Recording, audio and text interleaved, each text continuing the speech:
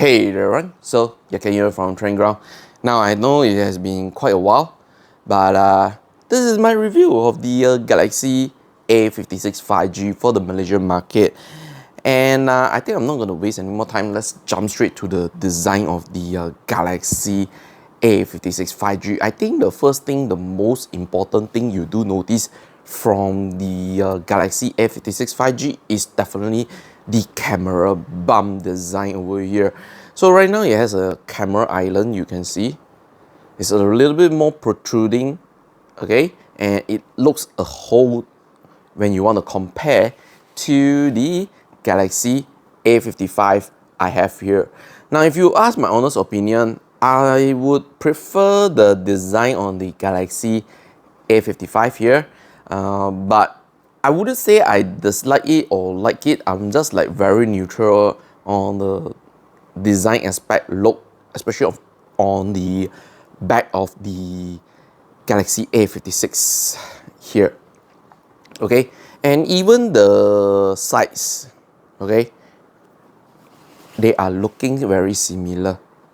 So if you really see, this is the A55, this is the A56, okay, very similar design, only the camera bump has a little bit more changes onto it, okay. And I think if you really want to compare, even the SIM card slot has been changed.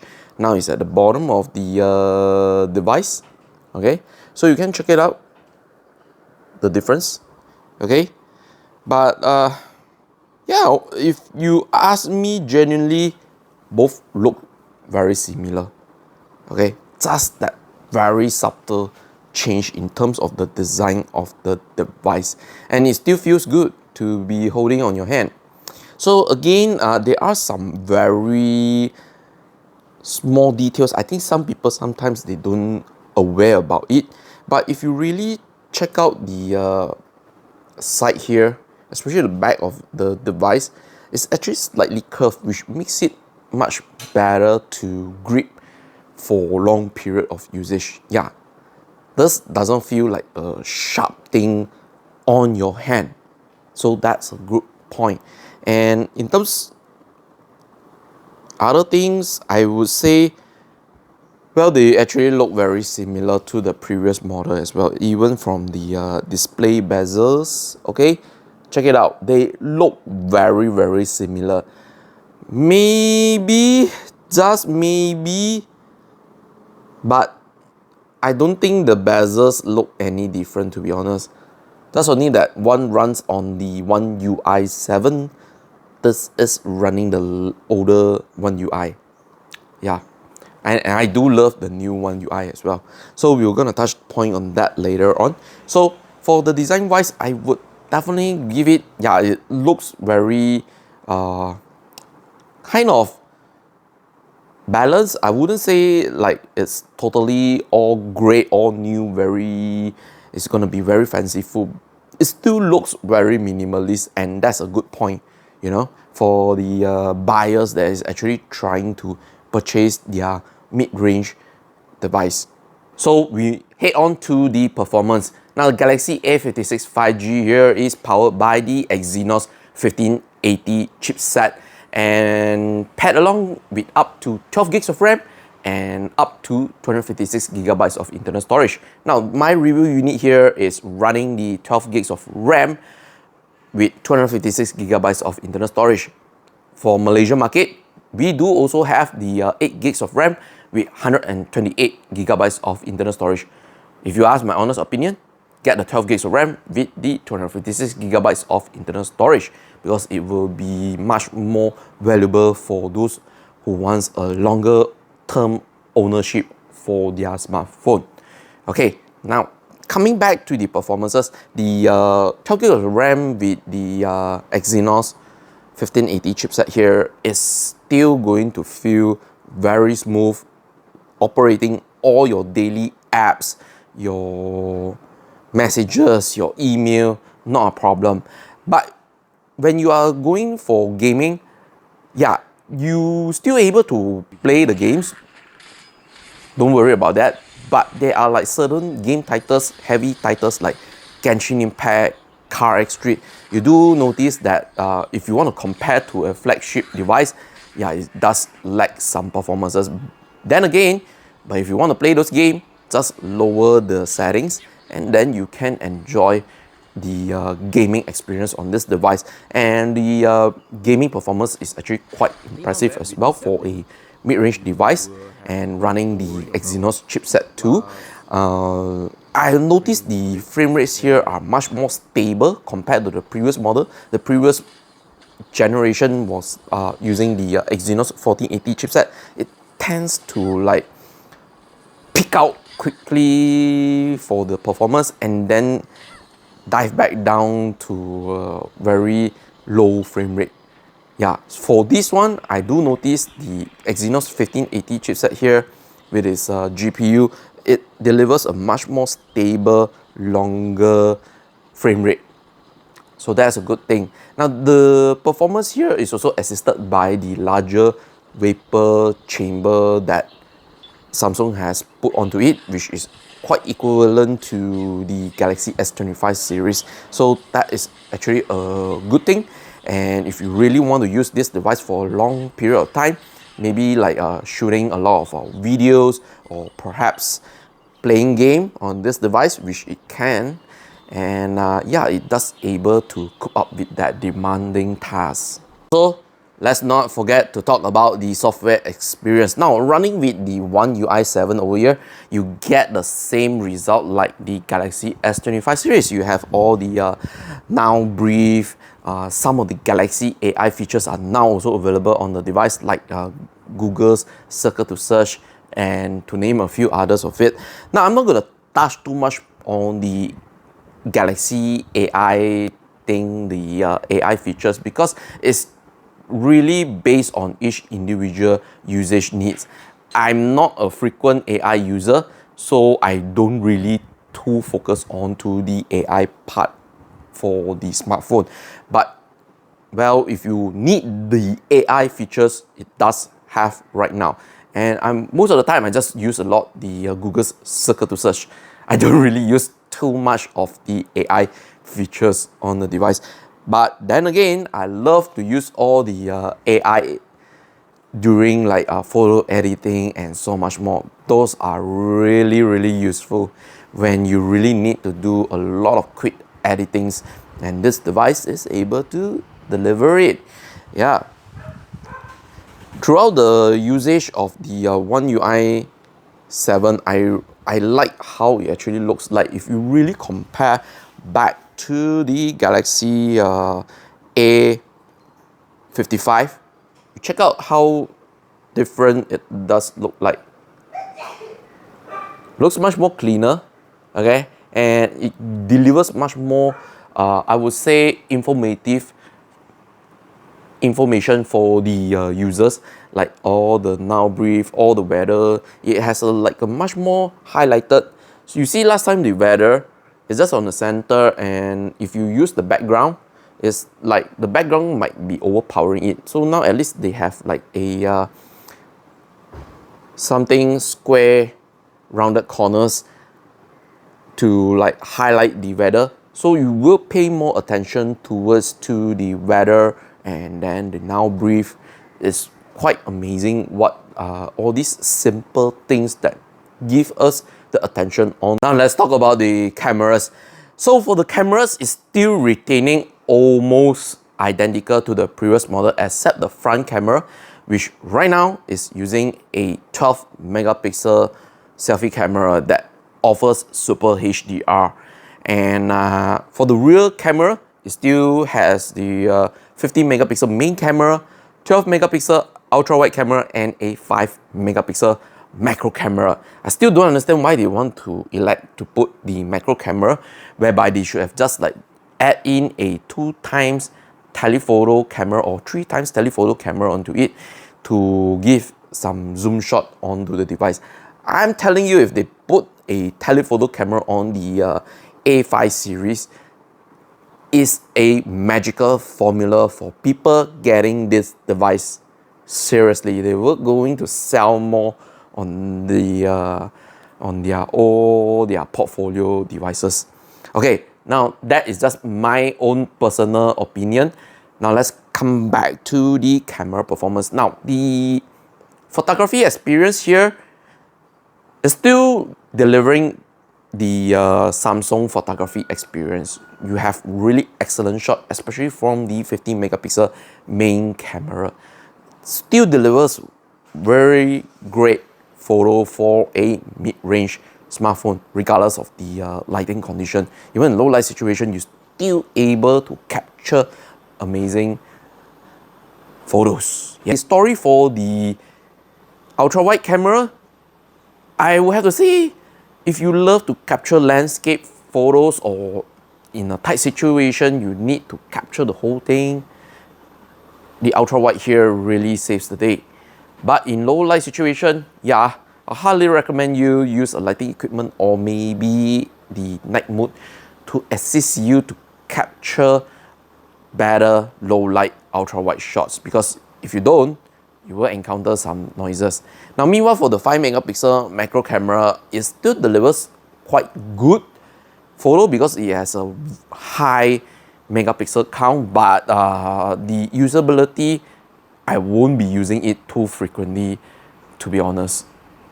Yeah, and meanwhile for the selfie this year, they actually look quite good, quite stunning as well. Now with the Super HDR feature onto it, yeah, your dynamic range on the photo looks great as well. Now in low light situation, it still does have some bits of noises, but this can be overcome with the light, the flash being turned on using a lighting equipment or using the night mode. So overall photography experience with the Galaxy A56 5G has been quite pretty great.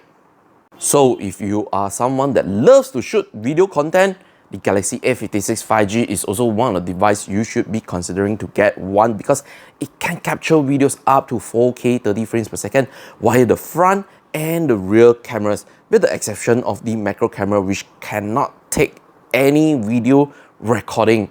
Now let's focus back on the video quality. The main camera, I think that's the one you always going to use more often, because the video quality from the main camera is great.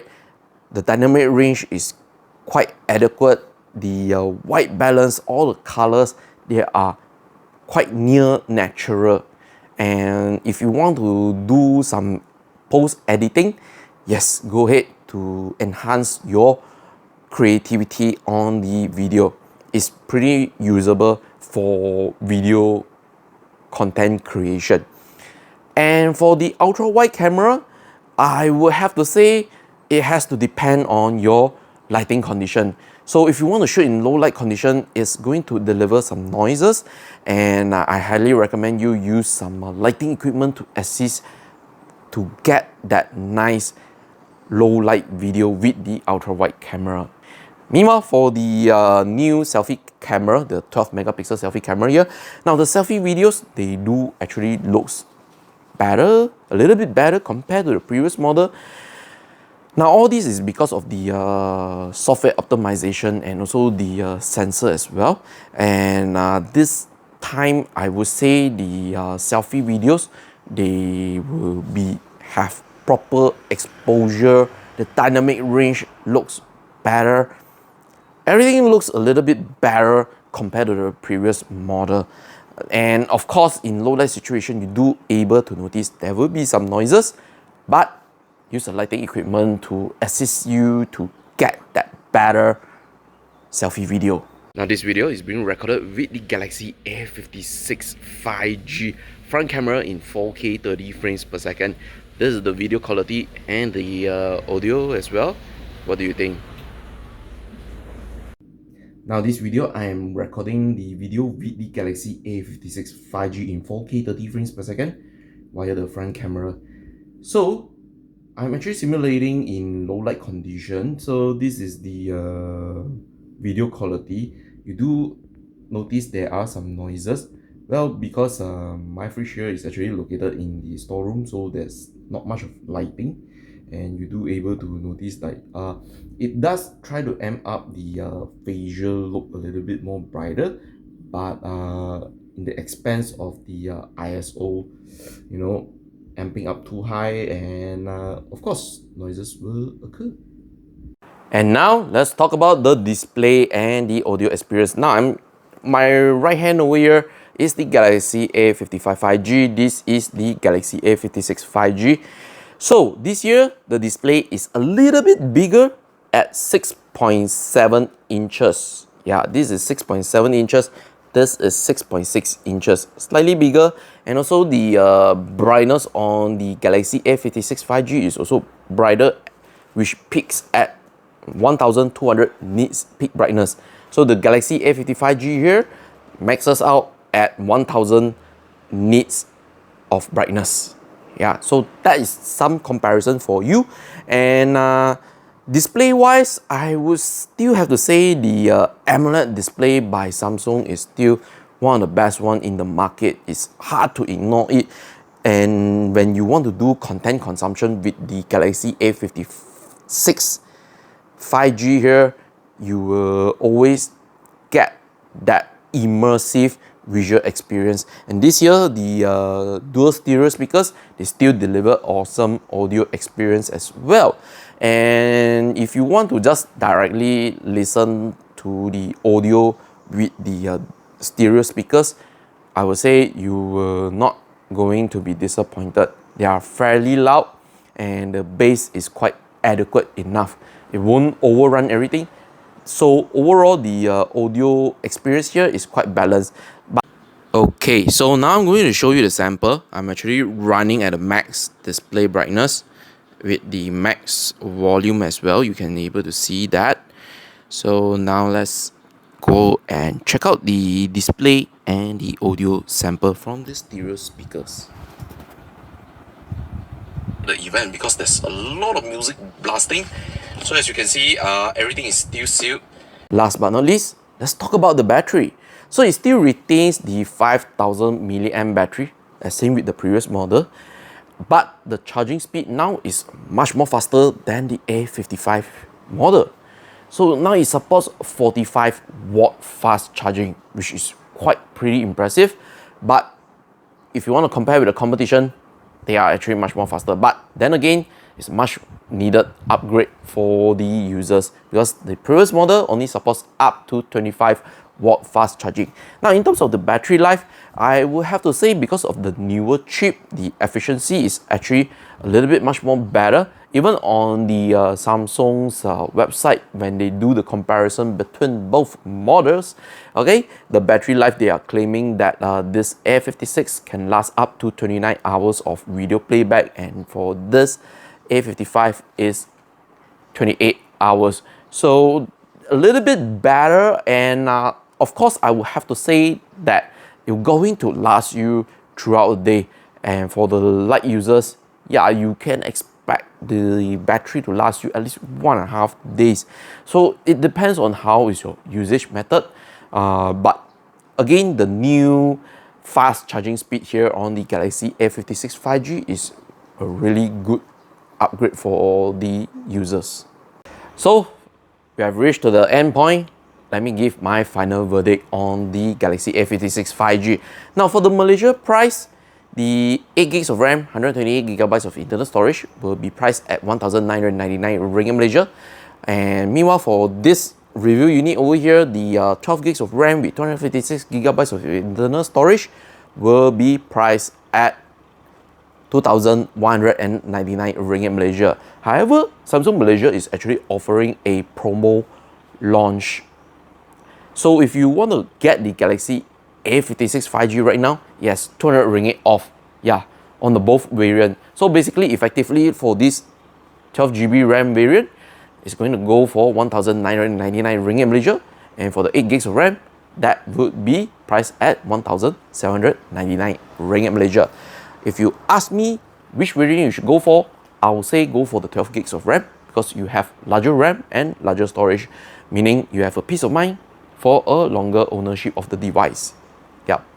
So I do feel that the Galaxy A56 5G this time has like minor incremental of upgrades.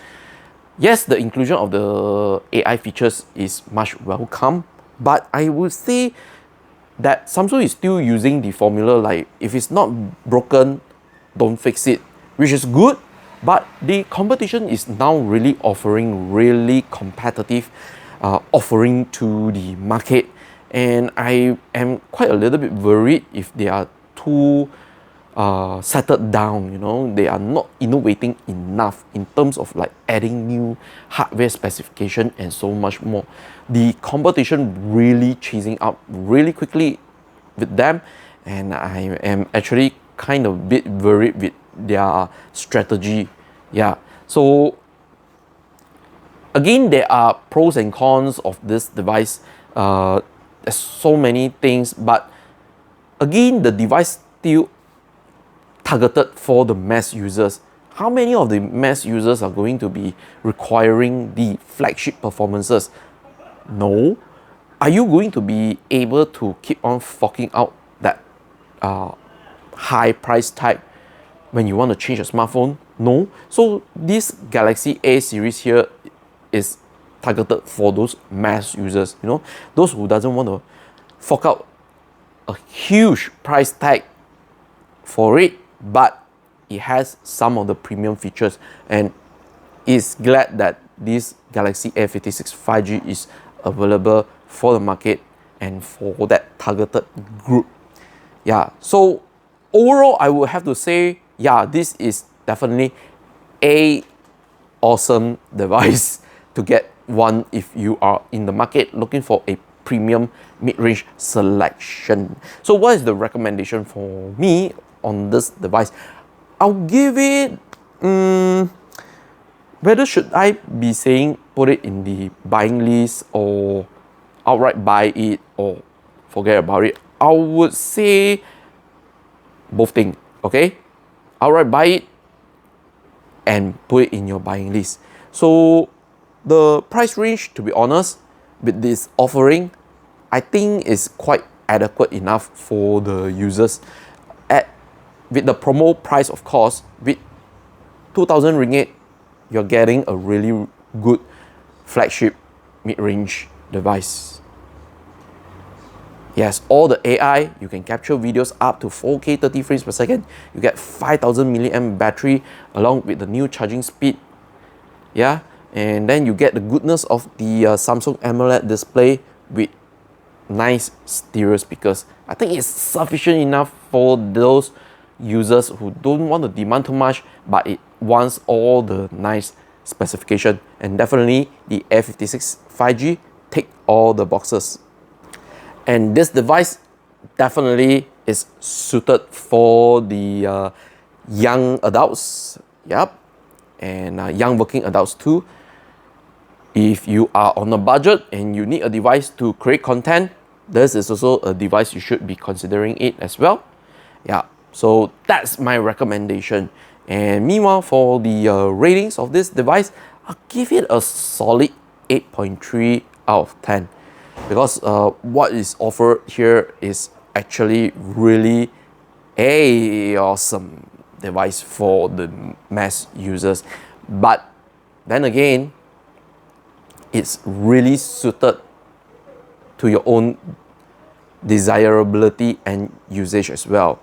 Do you really need that flagship cameras? Do you really need that flagship performances? If you able to like settle down with the mid-range, then the Galaxy A56 5G is definitely for you. Yeah, so that's the review of the Galaxy A56 5G in Malaysia. And if you love this kind of content, hey, please do go ahead and subscribe to the YouTube channel if you're still new. Follow us on the social media and hit the website, read all the news that I've written, okay, all the article pieces as well.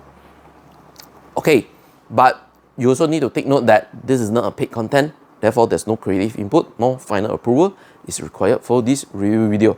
This video is being produced after more than 2 weeks of using the device, so hopefully you are aware of that, and I'll catch you guys on the next one. Okay, it's been a long video.